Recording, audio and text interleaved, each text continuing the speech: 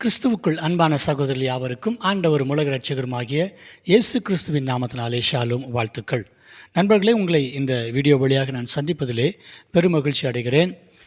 நண்பர்களே, நம்முடைய இந்த யூடியூப் தளத்தின் வாயிலாக கிறிஸ்துவத்தை குறித்தும் வேதாகமத்தை குறித்தும் ஆண்டவராக இயேசு கிறிஸ்துவை குறித்தும் தவறான அவதூறுகளை பரப்பி கொண்டிருக்கிற பல நபர்களுக்கு நாம் பதில் சொல்லி கொண்டிருக்கிறோம் என்பதை நீங்கள் நன்றாக அறிந்து வைத்திருக்கிறீர்கள். இந்த சேனலை சப்ஸ்கிரைப் பண்ணாதவங்க சப்ஸ்கிரைப் பண்ணி வச்சுக்கோங்க. இன்னுமாக உங்கள் நண்பர்களுக்கு இந்த வீடியோக்களை நீங்கள் ஷேர் செய்வதன் மூலமாக கிறிஸ்துவத்தை குறித்து பரப்பப்படுகிற அவதூறுகளுக்கு நாம் பதிலை பெற்றுக்கொள்வதற்கு இது உபயோகமாக இருக்கும் என்று சொல்லி நான் இதை தெரிவித்துக் கொள்கிறேன். சரி, நம்ம இப்போ இந்த தொடர் வீடியோக்களில் சமீப காலமாக ஒரு நபரை பற்றி பார்த்து கொண்டிருக்கிறோம். அவரை நான் பெருசாக இந்த டைம் நான் அறிமுகப்படுத்த போகிறதில்ல. ஏன்னா நம்ம தேவையான அளவு அவர் யார் என்னங்கிறது எடுத்து காட்டியாச்சு. அவர் எப்பேற்பட்ட போலியான நபர், பொய்யர் என்கிறதை நம்ம எடுத்து காட்டியாச்சு.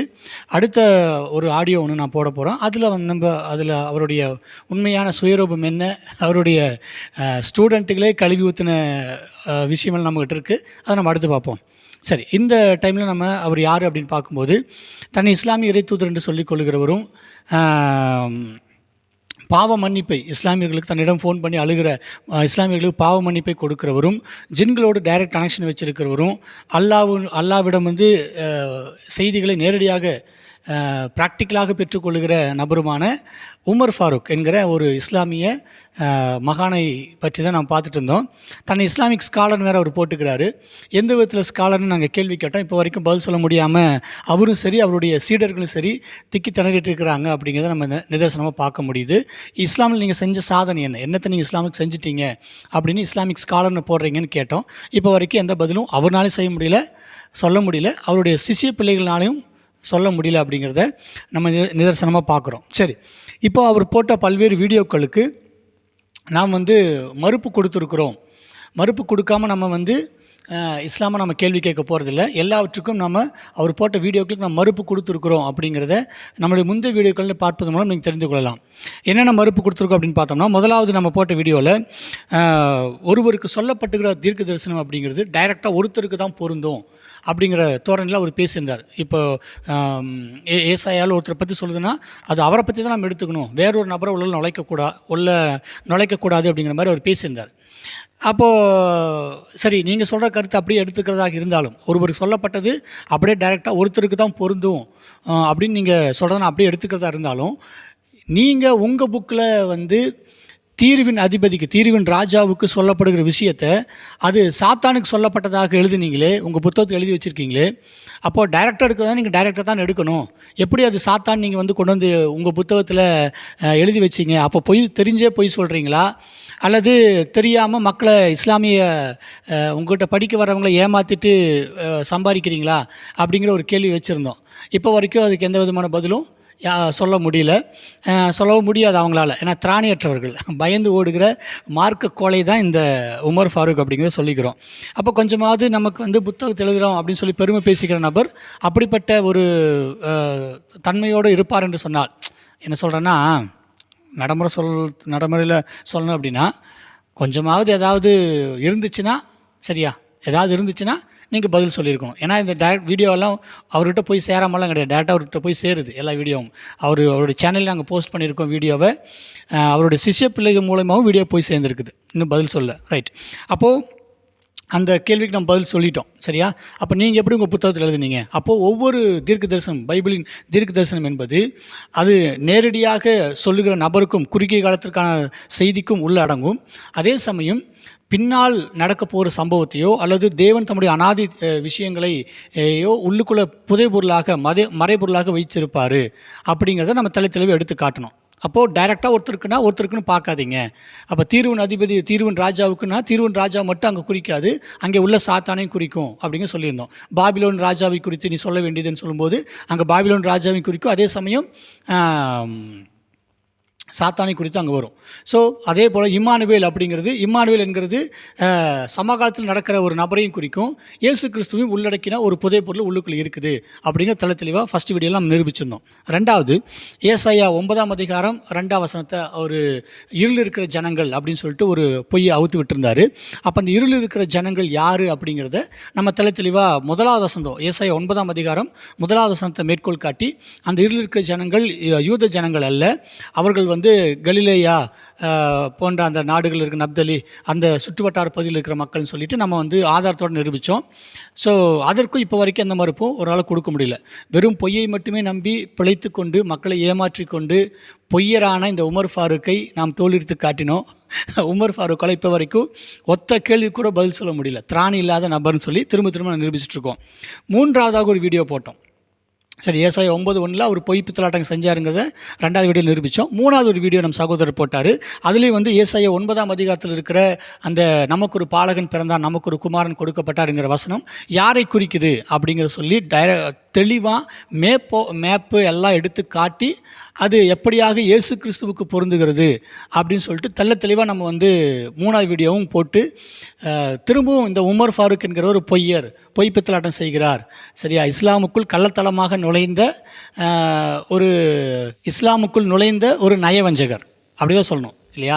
ஏன்னா நயவஞ்சகமாக நுழைஞ்சு இஸ்லாமுக்குள் நுழைஞ்சு சும்மா என்னத்தையாவது மக்கள்கிட்ட இஸ்லாமிய நண்பர்கிட்ட சொல்லி ஏதாவது கிளாஸுன்னு ஏதாவது நடத்தி காசு பார்த்துக்கிற அந்த வேலையை செஞ்சிட்ருக்கிறாரு. அப்போ நயவஞ்சகமாக நுழைந்தவன் சொல்லிட்டு தெளிவாக ஆதாரத்தோடு நம்ம சொல்லியிருந்தோம். சரிங்களா? இது நம்ம 3வது வீடியோவில் நம்ம சகோதரர் இதை பற்றி அப்போது நமக்கு ஒரு பாலகன் பிறந்தார், நமக்கு ஒரு குமாரன் கொடுக்கப்பட்டார் அப்படிங்கிற இந்த சப்ஜெக்ட்டு யாருக்கு பொருந்தும் அப்படிங்கிறத தெளிவாக எடுத்து காட்டிட்டு எதிர்கேள்வியும் சவாலும் வச்சுருந்தார். எதிர்கேள்வியும் சவாலும் உமர் ஃபாரூக்கு வச்சுருந்தார். நம்ம ஏற்கனவே எதிர்கேள்வி வச்சுருக்கிறோம். ஸோ இந்த வீடியோவில் அவர் பதில் சொன்னது மாத்திரமல்ல, எதிர்கேள்வி வச்சுருந்தார். சரி, இப்போ இதெல்லாம் நம்ம பதில் சொன்ன சப்ஜெக்ட், ரைட்டாக? அதெல்லாம் சொல்லி முடிச்சுட்டு எதிர்கேள்வி நம்ம வச்சுருந்தோம். என்னென்ன எதிர்கேள்வி வச்சுருந்தோன்னு பார்த்தலாம். ஃபஸ்ட்டு, தீர்வின் ராஜாவுக்கு சொல்லப்பட்ட ஒரு செய்தியை நீங்கள் எப்படி சாத்தான்னு உங்கள் புத்தகத்தில் எழுதுனீங்க? அப்போ தெரிஞ்சுட்டே எழுதுனீங்களா, தெரியாமல் உங்கள் இஷ்டத்துக்கு நீங்கள் எழுதிக்கிட்டு பொய் பித்தலாட்டம் செய்கிறீங்களா அப்படின்னு சொல்லிட்டு தெளிவான கேள்வி வச்சுருந்தோம். இப்போ வரைக்கும் ஒரு பதில் சொல்ல. கேள்வி நம்பர் 1. 2வது விஷயம் என்னென்னா, குரானில் பொய்த்து போன முன்னறிவிப்புகள்னு சொல்லிட்டு போன வீடியோவில் ஒரு கேள்வி வச்சுருந்தோம். என்னது? குரான் 3வது அத்தியாயத்தினுடைய 112வது ஆயத்தை மேற்கோள் காட்டி யூதர்களுக்கு, இஸ்ரவேல் ஜனங்களுக்கு அவர்கள் எங்கு போனாலும் அவர்கள் மீது இழிவும் வறுமையும் விதிக்கப்பட்டிருக்குதுன்னு சொல்லி குரானில் இருக்குதுங்க. ஆனால் இப்போ யூத ஜனங்கள், இஸ்ரவேல் மக்கள் அவர்கள் தான் டெக்னாலஜியில் பெஸ்ட்டாக இருக்கிறாங்க. அவங்களுடைய பொருளாதார வளர்ச்சி என்பது அபரிவிதமான பொருளாதார வளர்ச்சியாக இருக்குது. வறுமையும் இல்லை, இழிவும் அவர்கள் மேலே இல்லை. ஆகவே குரானுடைய இந்த முன்னறிவிப்புங்கிறது பொய்த்து போயிடுச்சு, இது ஒரு பொய்த்து போன முன்னறிவிப்பு, முடிஞ்சால் நீங்கள் இதுக்கு பதில் சொல்லுங்கள் உமர் ஃபாரூக் அப்படின்னு சொல்லிட்டு நம்ம எதிர்கேள்வி வச்சுருந்தோம். இப்போ வரைக்கும் அந்த எதிர்கேள்விக்கு அவரால் பதில் சொல்ல முடியல. ஆக நம்ம கேட்ட எந்த கேள்விக்கும் பதில் சொல்ல திராணி இல்லாத பயந்து ஓடுகிற ஒரு பொய்யர், பித்தலாட்டக்காரர், கிறிஸ்துவர்களை கண்டாலே நடுங்கி அப்படியே கைகால் உதறல் எடுக்கிற நபர் தான் இந்த உமர் ஃபாரூக் அப்படிங்கிறத நம்ம சொல்லிக்கிறோம். அப்போது நம்ம பதில் சொல்லியிருக்கிறோம், எதிர்கேள்வியும் கேட்டிருக்கிறோம். பதில் சொல்லாமல் எதிர்கேள்வி கேட்கல. உமர் ஃபாரூக் நாங்கள் கேட்ட கேள்விக்கு தைரியமான நபராக இருந்தால், ஏன்னா அவர் இஸ்லாமிக் ஸ்காலர் வேறு, இஸ்லாமில் கேட்ட கேள்விக்கு தைரியம் இருந்தால் பதில் சொல்லட்டும். சரி, இப்போது அடுத்த வீடியோக்குள்ளே போயிடலாம். சரி, இப்போது அவருடைய பெரும்பாலான வீடியோக்கள் நீங்கள் எடுத்து பார்த்தீங்கன்னா அவர் 2 விஷயத்தை மீன் பண்ணி சொல்கிறத நம்ம பார்க்குறோம். பாயிண்ட் நம்பர் 1 என்னென்னா, ஒரு தீர்க்க தரிசனம் வேதாகமத்தில் இருக்குது அப்படின்னா மேலேயும் கீழேயும் வாசித்து பார்க்கணும். மேலேயும் கீழேயும் வாசித்து பார்த்துட்டா அந்த வசனத்தோடைய மேலே கீழே யாருக்கு பொருந்ததோ அவருக்கு தான் பொருத்தி பார்க்கணும். டைரெக்டாக அப்படி தான் பார்க்கணும். உள்ளுக்குள்ளே போய் நீங்கள் இன்னொரு ஆளுக்கு பொருத்தக்கூடாது அப்படின்னு சொல்லி அவர் ஒரு கான்டாக்ட் ஸ்டடி பிளான ஒரு மொத்த வீடியோக்கள் அப்படி தான் போடுறார். ரெண்டு கேட்டகரியில் பிரிக்கலாம். ஒன்று அப்படி சொல்கிறார். 2வது, ஒரு தீர்க்கதரிசனம் இருக்குதுன்னா அதனுடைய முழு அதிகாரத்தை நீங்கள் வாசிக்கணும். முழு அதிகாரத்தை வாசித்து அது டைரெக்டாக யாருக்கு நீங்கள் பொருத்துறீங்களோ அவங்களுக்கு தான் நீங்கள் டைரெக்டாக பொருத்தி பார்க்கணும் அப்படின்னு சொல்கிறார். அப்போ டைரெக்டாக பொருத்தணுங்கிற இவருடைய இன்டென்ஷன் தெளிவான அவர் புரிதல் எப்படின்னா, இது டைரெக்டாக அங்கே யாருக்கு சொல்லப்பட்டிருக்குதோ அவருக்கு மட்டும்தான் எடுக்கணும், வேறொரு நபருக்கு எடுக்கக்கூடாது. அந்த கான்டெக்ஸ்ட் அடிப்படையில் மேலே கீழே வாசித்து அந்த கான்டெக்ஸ்ட் அடிப்படையில் அது யாருக்கு பொருந்தோ அவருக்கு தான் எடுத்துக்கணும் அப்படின்னு சொல்கிறார். அதே மாதிரி முழு அதிகாரத்தையும் வாசித்து போட்ட வீடியோக்களை நம்ம பார்க்குறோம். ஆக மொத்தம் இவருடைய எண்ணம் என்னன்னு சொன்னோம்னா, அங்கே ஒரு நபருக்கு தான் நீங்கள் பொருத்தணும், அது மேலே கீழே இருக்க சம்பவத்தை பொறுத்து தான் நீங்கள் பொருத்தணும் அப்படின்னு சொல்லி பெரும்பாலான எல்லா வீடியோக்களும் நீங்கள் பார்த்தீங்கன்னா அவர் அதுக்கு தான் போட்டிருக்கார். நீங்கள் மெய்ப்பனை வெட்டுவேன் அப்படிங்கிற அந்த சப்ஜெக்ட் ஆகட்டும், வெள்ளிக்காசுகள், கசப்பு கலந்த காடி, ரைட்டா, இயேசுவின் காலெலும்பு முறிக்கப்பட்ட இந்த விஷயத்தை குறித்து அவர் போட்டது, இன்னும் மீகால போட்டது, இப்படிப்பட்ட எல்லாத்தையும் நீங்கள் எடுத்து பார்த்தீங்க அப்படின்னா அவர் இந்த விதத்தில் தான் அந்த வேதாகம் வசனத்தை அணுகிறார். சரியா? ரைட். ஏசாயா 9:6 ஆகட்டும், இப்படிப்பட்ட எல்லா விஷயங்களையும் நீங்கள் எடுத்து பார்க்கும்போது இவர் எகிப்திலிருந்து என்னுடைய குமாரனை அழைத்தேன் அப்படிங்கிற அந்த சப்ஜெக்ட் ஆகட்டும், எல்லாம் நான் இப்படித்தான் பொருத்தி பார்ப்பேன்னு சொல்லி பொருத்தி பார்க்குறார். ரைட். இதுக்கு நம்ம தெளிவான ஒரு பதிலை நம்ம பின்னால் பார்க்க போகிறோம். அதுக்கு முன்னால் இவர் இஸ்லாமிக் ஸ்காலர்னு சொல்கிறார் இல்லையா, இவர் சொன்ன இந்த கண்ணோட்டத்தின் அடிப்படையில் நம்ம குரானை அணுகி பார்த்துடலாம். சரிதானே? அவர் இஸ்லாமிக் ஸ்காலர் வேறு, பதில் சொல்ல தயங்க மாட்டார்னு நினைக்கிறேன். இது நாள் வரைக்கும் 6 வருஷத்தில் மனுஷன் வாய் திறந்து இஸ்லாமுக்கு பதில் சொன்னதே கிடையாது. ரைட்டா? கேட்டால் அவருடைய ஸ்டூடெண்ட்டுக்கிட்ட சொல்லியிருக்கிறாரு, குரானில் ஏதாவது டவுட்னா நீங்கள் ஸ்காலர்கிட்ட போய் கேளுங்க, எங்கிட்ட கேட்காதீங்க. பைபிள்னா மட்டும் எங்கிட்ட வாங்க, குரான்னா எங்கிட்ட வராதிங்க அப்படின்னு சொல்லியிருக்கார். அப்போ அவருடைய ஸ்டூடெண்ட் சொல்கிறாரு, அவர் இஸ்லாமிக் ஸ்காலரே கிடையாது, அவர் ஒரு நாள் இஸ்லாமிக் ஸ்காலர்னு தன்னை சொல்லிக்கிட்டதே கிடையாது அப்படின்னு சொல்லி அடித்து பேசினார். அப்படிங்களாங்க? அவர் வீடியோ கொஞ்சம் எடுத்து பாருங்கள். எல்லா வீடியோவும் கீழே இஸ்லாமிக் ஸ்காலர்னு போட்டிருக்காருங்க, வெக்கமே இல்லாமல். நீங்கள் எடுத்து பாருங்கன்னு சொன்னதுக்கப்புறம் எடுத்து பார்த்துட்டு அவர் போட்டது தப்புங்க, அப்படி போடக்கூடாது அப்படின்னாரு. யார்? அவரோட ஸ்டூடெண்ட்டு. ஆடியோ இருக்குது, நான் அடுத்து ரிலீஸ் பண்ணுறேன். சரியா? அப்போது ஒரு இஸ்லாமிக் ஸ்காலர்னு ஸ்டூடெண்ட்டுக்கே அவர் தெரியாது. ஏன்னா இஸ்லாமில் எந்த கிலோவுக்கு பதில் சொல்ல திராணியும் இல்லை, துப்பும் இல்லை, தைரியமும் இல்லை. இத்தனை வருஷம் நான் இஸ்லாமை படித்த இஸ்லாமியராக மாறிட்டேன், நான் கிறிஸ்தவத்திலேருந்து இஸ்லாமை படித்த இஸ்லாமியராக மாறிட்டேன், இத்தனை வருஷம் நான் பெரிய ஸ்காலர் ஆகிட்டேங்கிறார்ல, நம்ம கேள்விக்கு பதில் சொல்லுங்கள் பார்க்கலாம். பதில் சொல்ல மாட்டார். சரி, நம்ம திருப்பி எதிர்கேள்வி வச்சுருவோம். இப்போது இவர் சொன்ன அந்த கண்டென்ட் அடிப்படையில் மேலே கீழே வசனத்தை வாசித்து குரானில் ஒரு 2 விஷயத்தை எடுத்துக்குவோம். நிறைய விஷயங்கள் இருக்குது. 2 விஷயத்தை மட்டும் நம்ம பார்த்து நம்ம இந்த வீடியோவில் முடிச்சிடலாம். ரொம்ப ஷார்ட்டாக முடிக்க நான் முயற்சி பண்ணுறேன். சரிங்களா? சரி, ஃபஸ்ட்டு விஷயம், குரானுடைய 7ஆம் அத்தியாயத்தினுடைய நீங்கள் 154 நீங்கள் வாசிங்களேன். குரான் 7:154. நீங்கள் இதுலேருந்து எடுத்துக்கிட்டிங்கன்னா இங்கே மூசா அவருடைய சந்ததி, அவருடைய காலத்து மக்கள்கிட்ட பேசுகிற மாதிரி அங்கே குரான் ஆயத்துகள் ஆரம்பிக்குது. 154, மூசாவை விட்டும் கோபம் தணிந்த போது பலகை எடுத்துக்கொண்டார், அவற்றில் வரையப்பட்ட குறிப்புகள் தம் இறைவனுக்கு பயப்படுவர்களுக்கு நேர்வழியும் கிருபையும் இருந்தன அப்படின்னு சொல்லிட்டு அங்கே குரான் ஆயத்து 154 வருது. சரிங்களா?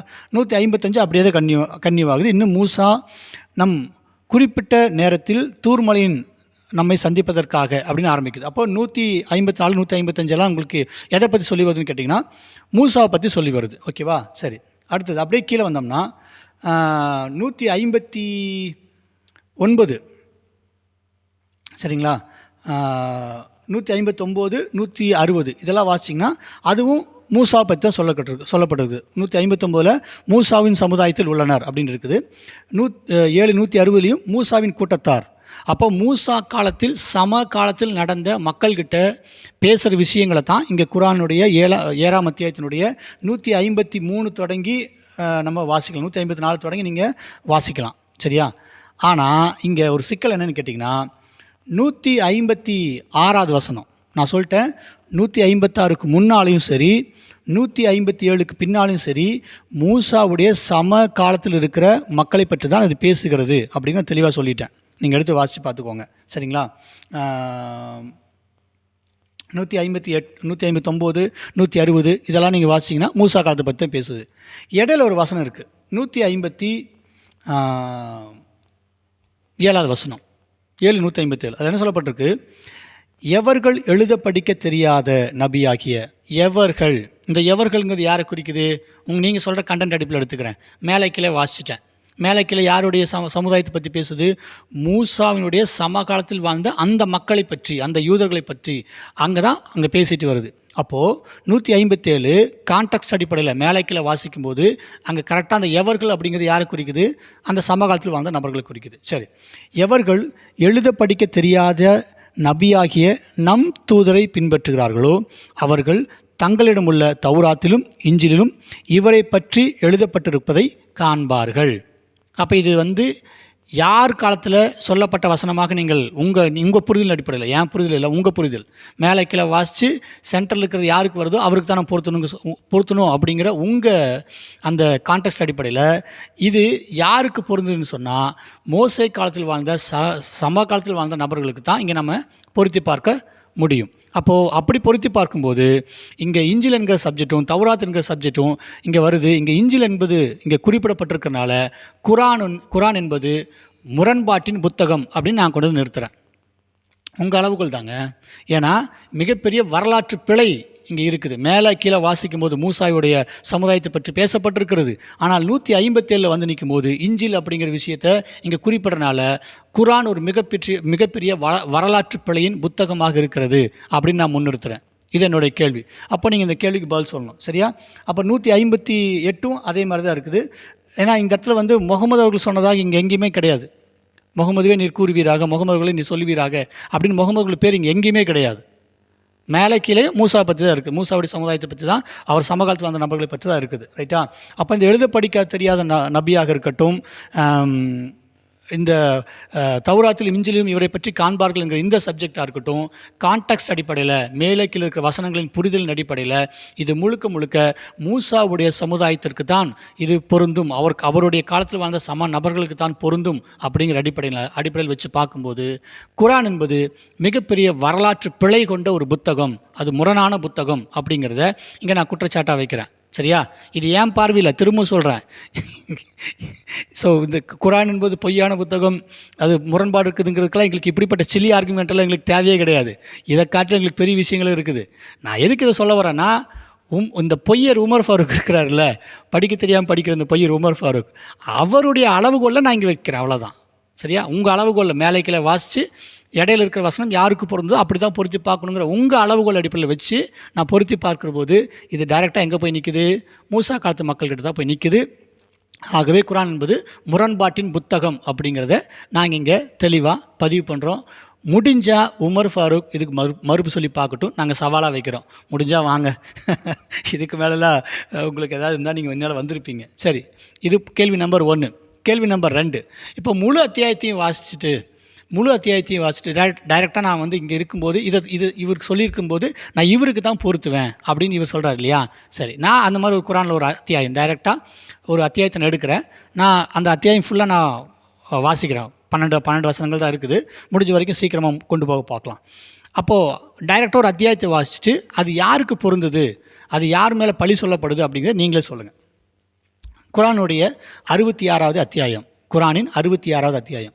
இந்த 66ஆம் அத்தியாயத்தின் முதல் வசனம் எப்படி ஆரம்பிக்குதுன்னா, நபியே, மனைவியரின் திருப்தியை நாடி அல்லாஹ் உமக்கு அனுமதித்துள்ளதை ஏன் விலக்கிக் கொண்டீர்? மேலும் அல்லாஹ் மிகவும் மன்னிப்பவனும் கிருபையுடையவனுமாக இருக்கிறான்.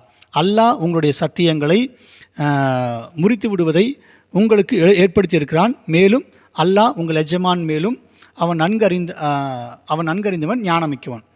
மேலும் 3ஆம் வசனம், மேலும் தம் மனைவியர் ஒருவரிடம் ஒரு செய்தியை ரகசியமாக ஆக்கி வைத்த போது அவர் அதை மற்றவருக்கு அறிவித்ததும் அவ்விஷயத்தில் அல்லாஹ் அவருக்கு வெளியாக்கி வைத்தான்.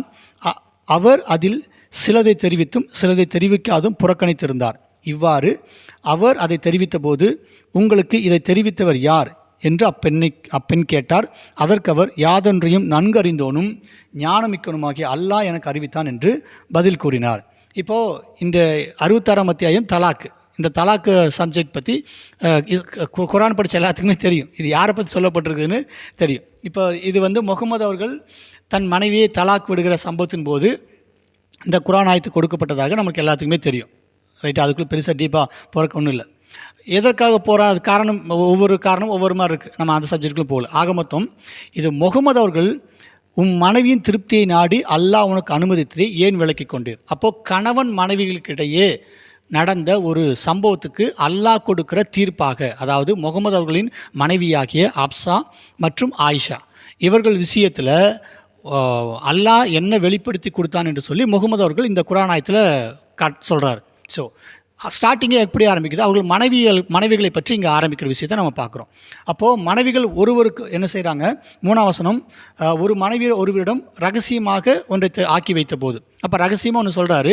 ஆனால் அந்த மனைவி அந்த விஷயத்தை மற்றவங்ககிட்ட சொல்லிடுறாங்க. அப்போது இது யார் சொன்னாங்க? அந்த பெண் கேட்கும்போது அல்லாஹ் தான் எனக்கு வெளிப்படுத்தி கொடுத்தான்னு சொல்லிட்டு முகமது அவர்கள் சொன்னதாக இங்கே நம்ம அப்படியே வாசிட்டு வரோம். சரியா? அடுத்தது, நீங்கள் இருவரும் இதற்காக அல்லாஹ்விடம் தௌபா செய்வீர்களாயின் அது உங்களுக்கு நலமாகும். ஏனெனில் நிச்சயமாக உங்கள் இருவரின் இதயங்களும் இவ்விஷயத்தில் கோணி சாய்ந்து விட்டன. தவிர நீங்கள் இருவரும் அவருக்கு எதிராய் ஒருவருக்கொருவர் உதவி செய்து கொண்டால், முகமதுக்கு எதிராக முகமதுகளின் மனைவிகள் 2 பேரும் ஒருவருக்கொருவர் உதவி செய்து கொண்டால் நிச்சயமாக அல்லாஹ் அவருடைய எஜமானன் அவருக்கு உதவி புரிவான். அன்றியும் ஜிப்ரீலும், ஃபஸ்ட்டு அல்லாஹ், அப்புறம் ஜிப்ரீலும், அப்புறம் முஸ்லீம்களும் மலக்குகளும் அவர்களுக்கு உதவியாக இருப்பார்கள். எதற்கு? முகமது அவர்களுக்கும் அவர் மனைவிக்கு நடக்க சண்டைக்கு முகமது அவர்கள் மனைவிக்கு எதிராக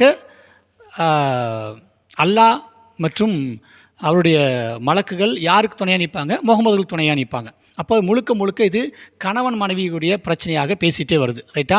நான் அத்தியாயத்தை ஃபுல்லாக நான் அப்படியே உங்களுக்கு கொண்டு வந்து காமிக்கிறேன். சரியா? அடுத்தது 66:5 நீங்கள் வாசிங்க. 66:5 அவர் உங்களை தலாக் சொல்லிவிட்டால், அப்போது முகமது அவர்களுக்கு தலாக் சொல்லிவிட்டால் இன்னும் சிறந்த முஸ்லீமான பெண்களை அல்லாஹ் உங்களுக்கு ஆகுமாக்கி கொடுப்பான். அப்போ 5ஆம் வசனம், முகமது அவர்கள் தலாக் சொல்லிட்டால் பெட்டர் பெண்கள் முகமதுகளுக்கு கிடைக்கும் அப்படிங்கிறது விஷயம். 66 கான்டெக்ஸ்ட் அடிப்படையிலே நான் வர்றேன். 66, முஹ்மீன்களே, உங்களையும் உங்கள் குடும்பத்தாரையும் நரக நெருப்பை விட்டு காப்பாற்றிக் கொள்ளுங்கள். அடுத்தது 66:7,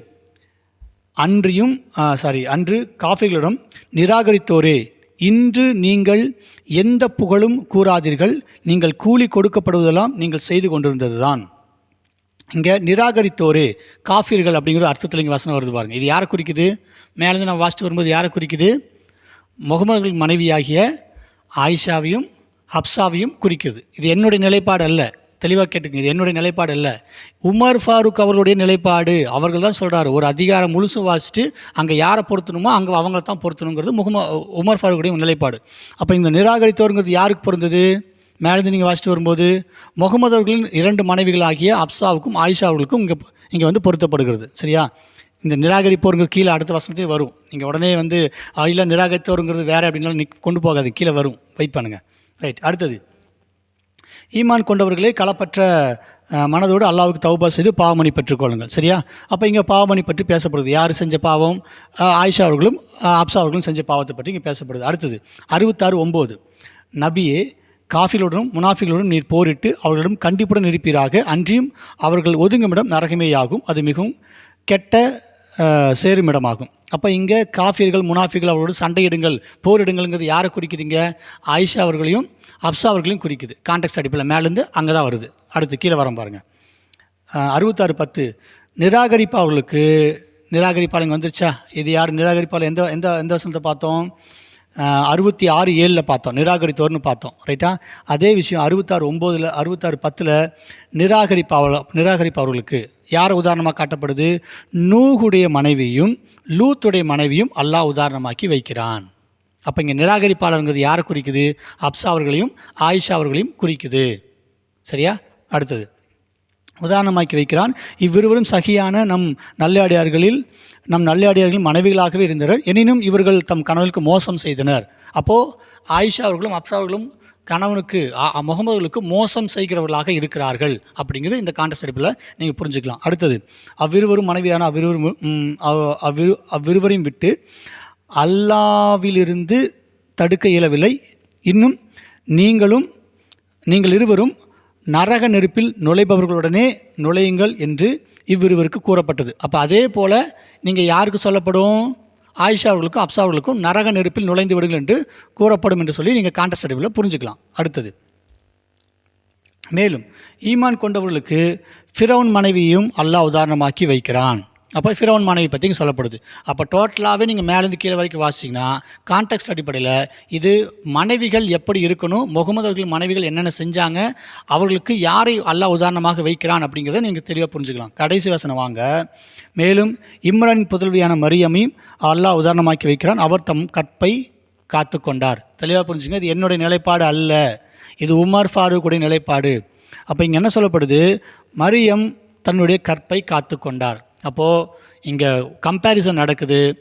முகமது அவர்கள் மனைவியும் மற்ற பெண்களையும் இங்கே அல்லாஹ் கம்பேரிசன் பண்ணி காட்டுறாரு அப்படின்னு சொல்லி பார்க்குறோம் கான்டெக்ஸ்ட் அடிப்படையில்.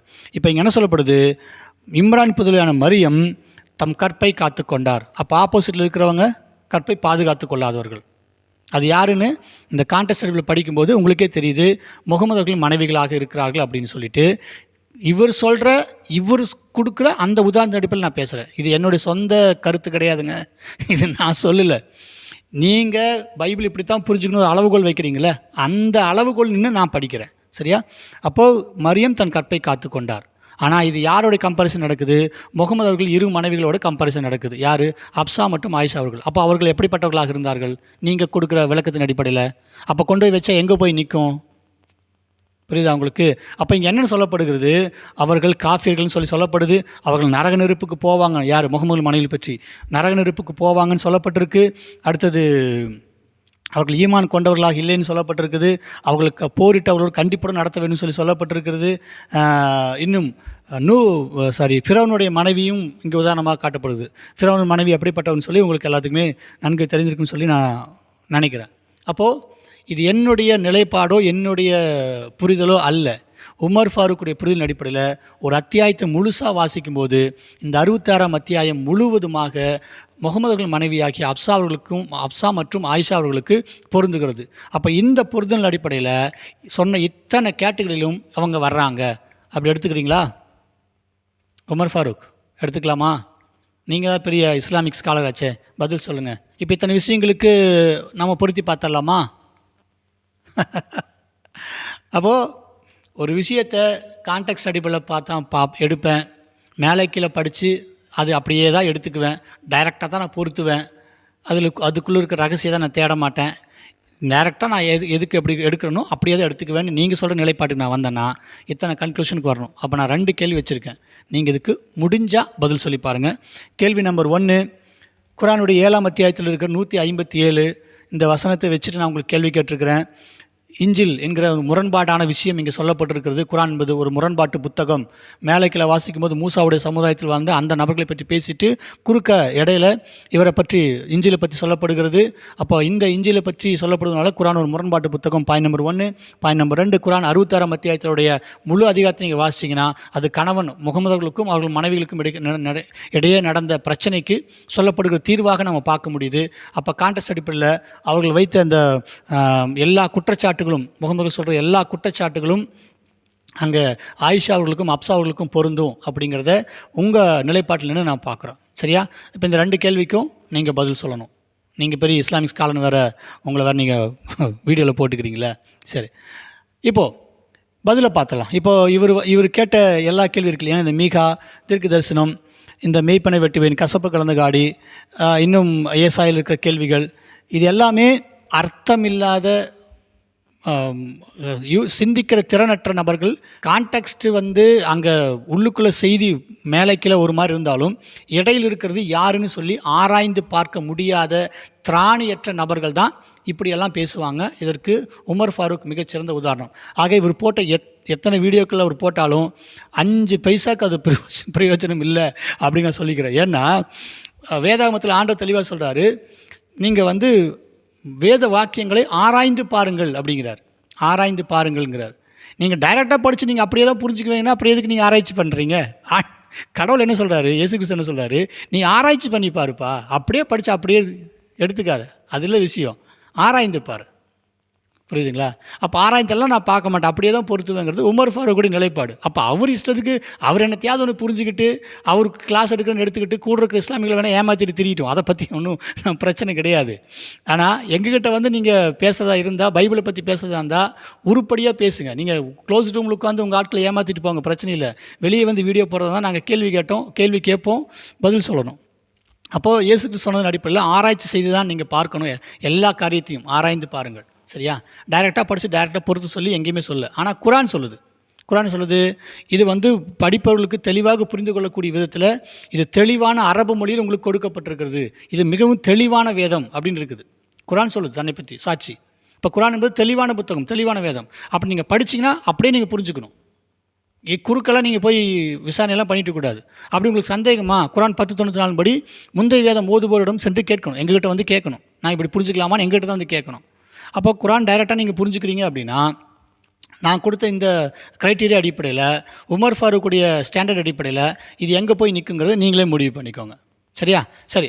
ஆக இவர் போட்ட எல்லா வீடியோக்களுக்கும் நான் இது மூலம் பதில் சொல்லியிருக்கிறோம். என்ன, மேலே கீழே படித்து புரிஞ்சுக்குவேன், டைரெக்டாக ஃபுல்லாக படித்து புரிஞ்சுக்குவேங்கிற இந்த விஷயமெல்லாம் இங்கே இருக்கக்கூடாது. வேத வாக்கியங்கள் ஆராய்ச்சி செய்து அதன் அடிப்படையில் புரிந்து கொள்ள வேண்டும். அதை ஆராய்ச்சி செய்து தெளிவாக தேவ ஆவியானவர் எங்களுக்கு எழுதி கொடுத்துருக்கிறார். மத்தேயு, மார்க்கு, லூக்கா, யோவான் இந்த தீர்க்கதரிசிகள் மூலமாக, அந்த இறை நேசர்கள் மூலமாக, அப்போஸ்தலர்கள் மூலமாக எங்களுக்கு எழுதி கொடுக்கப்பட்டிருக்கிறது அப்படிங்கிறத தெளிவாக சொல்லிக்கிறேன். அப்போ அவங்களே செஞ்சு முடிச்ச ஒரு விஷயத்தை பிசாசினுடைய தூண்டுதலின் மேலே வகி இறக்கி கொண்டிருக்கிற இன்னும் சொல்லப்போனால் ஜின்களுடைய பாதிப்பில் இருக்கக்கூடிய உமர் ஃபாரூக் வந்து புதுசாக விளக்கம் கொடுக்கணும் வந்து நின்னா, அது அந்தி கிறிஸ்து, அது வந்து முழுக்க சைத்தான். அப்படிப்பட்டவருடைய பேச்சை நாங்கள் நிராகரிக்கிறோம், அது அவசியமற்ற ஒன்று அப்படின்னு சொல்லிக்கிறேன். இன்னும் மத்தேயு, மார்க்கு, லூக்கா பற்றியில் ஒரு பேசின பேச்செல்லாம் இருக்குது. அதுக்கு அடுத்தது நம்ம வந்து தெளிவாக குரானுடைய தொகுப்பு பற்றி நம்ம போட்டுருவோம். ஏன்னா மத்தேயு, மார்க்கு, லூக்கா அவர் எடுத்துட்டார். அப்போ குரான் தொகுப்புக்கு நம்ம கேள்வி வைக்க போகிறோம். ஹப்ஸ் ரிவாயத்து, வர்ஷ ரிவாயத்து, ஹப்ஸுடைய பேரில் எழுதப்பட்ட குரானை நீங்கள் ஓதிக்கிட்டு முகமது அவர்கள் கொடுத்தாருன்னு கதை விட்டுக்கின்னு இருக்கிறீங்க. அதை பற்றி நம்ம அடுத்து கேட்போம், சரியா? இதுக்கே உங்களுக்கு பதில் சொல்கிறதுக்கு உங்களுக்கு முடியலையா எனக்கு தெரியாது. ஏங்க கொஞ்சமாவது பதில் சொல்கிறதுக்கு முயற்சி பண்ணுங்கள் உமர் ஃபாரூக் அவர்களே. ஏன்னா இஸ்லாமிக் ஸ்காலர் வேறு போட்டுக்கிறீங்க. சரி, உங்களுடைய ஸ்டூடெண்ட் கேட்டக்கூடாது இல்லையா? இப்போ நான் உங்கள் ஸ்டூடெண்ட்டுக்கிட்ட பேசும்போது, ஏங்க அவருக்கு ஏதாவது இருக்குதுங்களாங்க, இருந்தால் வீடியோ போட்டுக்கணும்ல, மானரசம் இருந்தால் அவர் திருப்பி பதில் சொல்லியிருக்கணும்ல, பதில் சொல்லி இல்லை அப்படின்னு நான் அவங்ககிட்ட கேட்க போய் அவங்க கையை பிசைஞ்சு நிற்கக்கூடாதுல்ல. அவங்கள அந்த நிலைமைக்கு தள்ளி விட்டுறாதீங்க. அதனால் நீங்கள் பதில் போடுங்க, சரியா? இந்த வீடியோவை பார்த்தவங்கள் அனைவருக்கும் நன்றி. ஆண்டவராக இயேசு கிறிஸ்துவின் கிருபை எங்களோடு இருப்பதாக. ஷாலோம்.